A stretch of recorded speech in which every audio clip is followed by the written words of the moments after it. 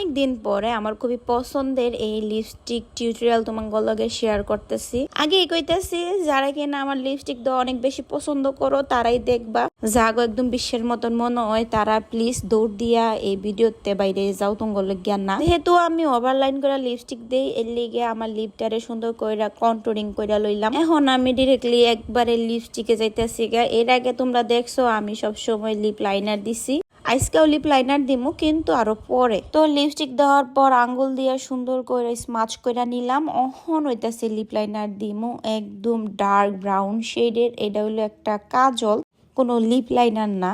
তোমরা এটা কাজলও কইতে পারো বা জেল আইলাইনারও কইতে পারো। এটা দিয়ে সুন্দর করে লিপটারে লাইন করে নিছি। এখন দিয়ে দিতে আসি ফো কালারের লিপ গ্লস। তো আমার কিন্তু লিপস্টিক দেওয়া হয়ে গেছে আর এটা ছিল ফাইনাল লুক। খুবই ভাল লাগে এমন করে লিপস্টিক দিতে, আমার খুবই ভাল লাগে।